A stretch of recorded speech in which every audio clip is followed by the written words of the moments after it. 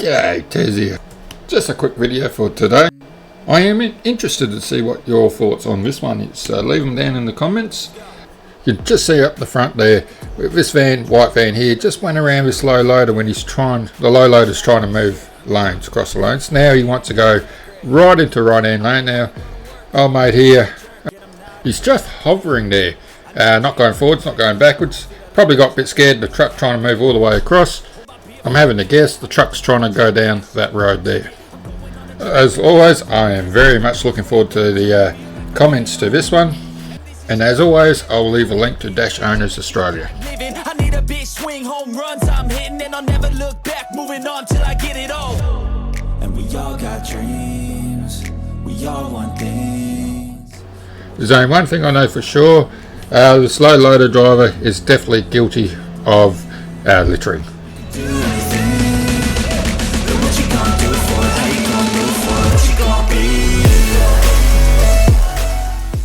Everyone please take good care of each other, keep the shiny side up, and I'll catch you on the flip side. Bye.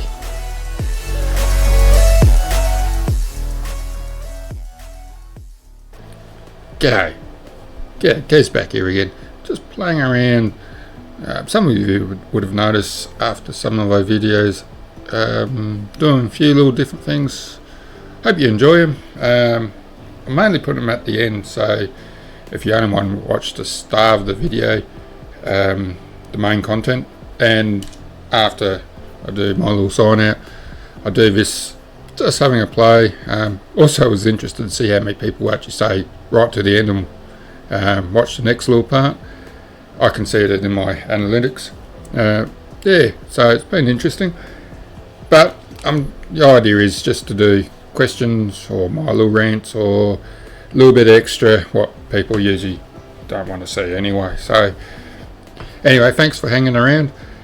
If you get to this stage and keep on going, very much appreciated. It just helps with YouTube and how they work things out, and helps my channel. A few Q&A questions today. This one's from Mick with my Brisbane truck show thing. What's your views on new trucks and trailers? Trailers are only getting better, hopefully. They haven't really changed much. Same old pretty much. New electric trucks, that's going to be the interesting thing. At this stage they're only good for running around, doing around town clown stuff. You only get 400 k's out of them, so it's not even, well, you don't even get your full 5 hours in your logbook and what you're allowed to drive up to one time. So yeah, it's going to take a while for them to get the technology up, then be able to go to like Brisbane to Sydney, then Sydney on down to Melbourne, those common runs.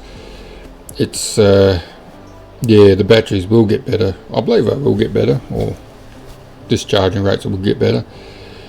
It's going to be a long way off, and it's going to cost a fortune for anyone who's setting that up, I believe. The work I do, you will never see it. You're always going to have diesel.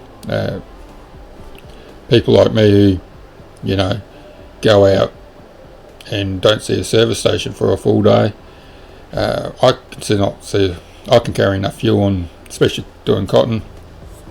I can run nearly a week, 3 or 4 days anyway, without filling up with fuel again, and not going past anywhere you can fill up with fuel. I have to make a special trip. So yeah, that's what's going to kill that. I'm hearing with CAT's equipment, they are setting up generators so they can charge up equipment overnight or in Smoko. That's very well, but with their electric dozers and graders and everything, fully electric cat equipment, that's alright because it's all sitting close to each other. But yeah, listen, it would never happen. I'll be very surprised if it ever does happen on farms. It's got to be a lot of infrastructure to be put in. Couple from when I did QBT video a long time ago. Tina, does the grain get hot stored in the sheds? No, because we all bring grain in under certain moisture. That's part of one of the tests.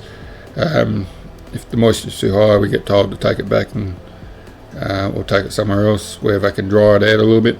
I've never seen a shed or grain silo self-combustible grain, or never heard of it, but I have heard and seen of hay and cotton will do the same thing. Cotton bales and hay bales, they can get wrapped up too hot or baled up too hot, and eventually they just heat up, self-combust, and next thing they're on fire. I've seen and heard of that. Question from Paul: what did you mean by being told not to come back for 2 weeks again as normal? QBT have a strict overweight tolerance. Problem is, a lot of these places is two-way bridges might not weigh the same, so you can get caught by that. I've been on a weigh bridge a number of times and get loaded one weight and hit another one and been told I've been overloaded. So it is something you need to be aware of when you're loading at different places.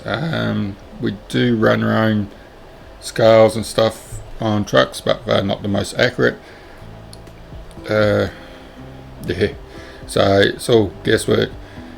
Sometimes we're just loading off farm, and that's when we use our own airbags. You only have to have a tyre or something in a slight hollow, and your whole weight airbag system's completely out. It's not perfect. They got to be on very flat ground, brakes off, and it's not as easy. Oh, it's better than but it's only a guide. So and quite often I'm loading off farm, hopefully within tolerance, and there's no tolerance down at QBT. So as soon as you're over a little bit, you do get certain warning up to a certain amount. You get a few that they will accumulate till they tell you not to come back, or you hit the maximum in the first go, and then there's a penalty on that. They tell you not to come back for 2 weeks. It's a common problem down there for us. I'm not too sure how accurate their weigh bridge is, so we're only going off their weigh bridge. The only real weigh bridge you really got to worry about is going over the Department of Transport bridges. They're the ones that matter. So usually, if you're going over them, you calibrate everything to them. So I don't know how many times I get comments or questions why trucks are in the right hand lane. We're allowed to be there, so basically get over it. Unless signposts, we're not allowed to be there. So I know some places in Melbourne, on the freeways, they make us stick to the left-hand lanes and keep the right-hand lane to themselves. That's fine if it's signposted, but a lot of places it's I like to sit in the middle lane because it's safe. It's safer for everyone. For cars coming on and off the left-hand lane, that's the most dangerous time. So if I'm sitting in the middle trying to stick to my speed limit, it's not a problem. Hi Tess, do you send any of the videos to local boys in blue? I never have. I don't know where to send them. I imagine you just ring them up and try to send them. We've had the situation in the last video last week, where they just didn't care. So don't get me started on that one again. But no, I've never have. Dash camera in my truck is probably not quite good enough to pick up number plates. It's a bit of an old dash cam. I am looking for a new and better one. even though I've got new ones floating around here at the moment. I'll get test app to them. I'll test them out, but the ones I've got sent to me to promote, none of them are suitable for the trucks, for different reasons. After doing that little video last week, sounds like the police officers don't care anymore. Yeah, they just want to write fines out. If they see something, just fill their book in and that's it. They don't want to do anything extra. So take that as you want. One from Rock and Wash. I don't understand is when the light turns yellow is very quickly to turn to red, and yellow don't give enough time for B doubles. I'll see if I can explain this a little bit better. Yellow lights are set up for cars. Car you can brake in very quickly, very short time. Let's say it can brake 6 k's, and it can brake the braking distance can be 4 lengths or 5 lengths of its car of the car length. It's the best way I can think of it. Well, 4 or 5 lengths of a truck fully loaded, yeah, that's B double, what is it, 27, yeah, I think B double can go up to 27 metres, and a car's 3 metres, so a car's only weighing, what, half a tonne, most of them, wouldn't be a full tonne, somewhere between half and full tonne. A B double is, now you're getting me, well, a B double can go up something like 38 tonne or something like that, depends on the truck and what weights you're going, so you know it's up around 50 something tonne. I can't remember off the top of my head, I have to look it up again. Just say a car's weighing half a tonne to a tonne, so that's an average car. So, and yeah, it can brake pretty short pretty quickly, where a B double as can cut 30 up to 38 tonne plus the tear, so I don't know, 50-60 tonne. I can't remember off the top of my head. I know I can go up to 82 tonne in a road, 85 tonne in a road train, but you know, there's let's say about around the 50 something tonne for a B double, depends what setup you got. That's a big difference. So, and it takes a fair bit to pull up, even though you got more brakes and whatever else, it's still a lot of weight to pull up. And yes, I quite often do travel at 50 k's when there's lights around, 10 or so k's under the speed limit, and you still hit that zone where the lights turn yellow and you still got to cruise through it. So yeah, it is a problem, and like I said, the lights are not set up for trucks, right? It's set up for cars. That near miss I saw at Panthers, yes, it is 100 zone there. It is a bit of on a blind corner. It's been set up since dawn of time like it. It's not really suitable for vehicles coming in and out. It's alright if you're heading towards Toowoomba, but it's hopeless if you're heading towards Millmerran or south. I don't know what they can do about it. It's one of those situations where it's you just got to be careful. Everyone's got to be careful, of course, going past there. If you don't know the area, you're not looking out for it, you just come around the corner, next thing there's a service station there heading southbound.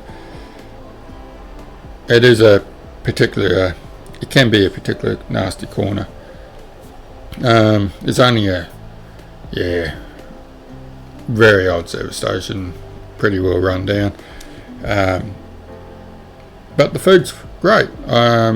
It's the only one I can walk in there, look at the hot box and go, I'll take that hamburger and know it's going to be right, or whatever else out of the hot box, where quite a few others you always got to ask the question is, how long's that been sitting there? 2-3 days, you know. but that one's always fresh. But seem to have a knack there to cook enough to keep stuff in the hot box, but you're not sitting around for a burger and whatever else. So most of the time, end of the day, you might have to sit around and wait for them to cook it, but that's the end of the day. From the morning to mid-afternoon, it's usually pretty good. So and this also depends who's cooking. There's some cooks there are better than others, but the morning shift seems to be quite good at the moment. A lot better than Captain Mountain has opened up. I've been in there a few times and I'm not a favourite. I pull in there if I'm desperate. It's one of those places where I'll just buy a couple of Chico rolls now mostly, because it's pretty hard to stuff one of them up, but I've been proven wrong on that as well. But some of their food is how you're going, I believe. So there is no other food between basically for truckies or drivers between Toowoomba and Goondiwindi. So just be mindful, I suppose. Oh, there you go. That's my opinion anyway. So Captain Mountain's been how you doing, and Panthers is I like their food a great deal, to a point where I'm not hungry until I drive past, or about to drive past, and I'm hungry enough. Alright, we'll leave it as that for a moment. I think that'd be long enough. Keep YouTube happy. Alright, if you got any questions or stuff, send them through. I was going to do live shows and try to punch some of these out. Always go, I'll go do one tonight, then at the end of the day, so, I just can't be bothered. It's getting too dark, I'm getting too tired, don't care. So, if you try to send them through, I'll try to keep track of the questions and I'll try to answer it. Or if you want me to comment on anything, it's all good. Alright, please be safe, take good care of each other, and I'll catch you on the flip side. Bye.